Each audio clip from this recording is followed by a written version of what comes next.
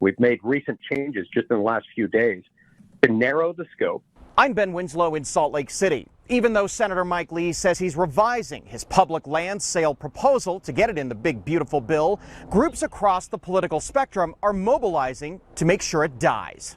I'm like a national park junkie, just so we're clear. Appearing on the Charlie Kirk Show, Senator Lee outlined his new idea for selling some federally controlled public lands. The vast majority of it has zero recreational value. A lot of it doesn't have any conservation value.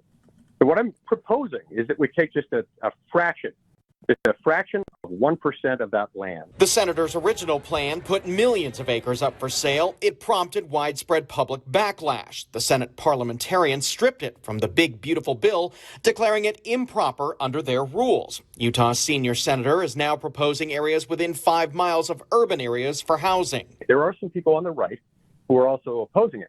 But I believe many of them have been armed with information that's caused them to be mistaken about what the bill does and, more importantly, what it doesn't do. There a lot of land that is valuable to the hunting and fishing community could be lost, could be sold. And once it's sold, it's gone forever. A number of groups are still mobilizing against it. Backcountry Hunters and Anglers is urging its members to flood the lines in D.C. And if we're going to try to solve affordable housing, we need to look at those individual parcels from a community perspective and bring those forward and make sure that we're not going to be building or selling off land that's going to be valuable for mule deer migration, hunting, fishing, etc.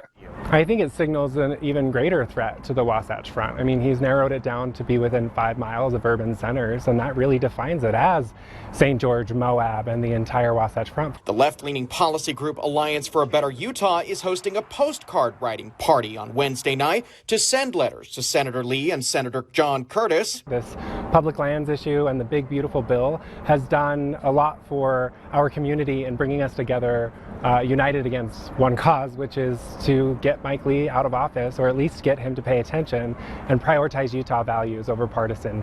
If it were revived and passes the Senate, the proposal still faces opposition from within Senator Lee's own party.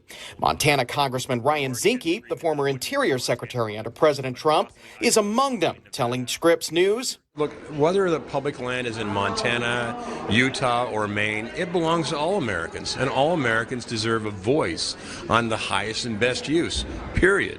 Now, the big, beautiful bill could be voted on in the Senate by this week or next week. In Salt Lake City, Ben Winslow, Fox 13 News, Utah.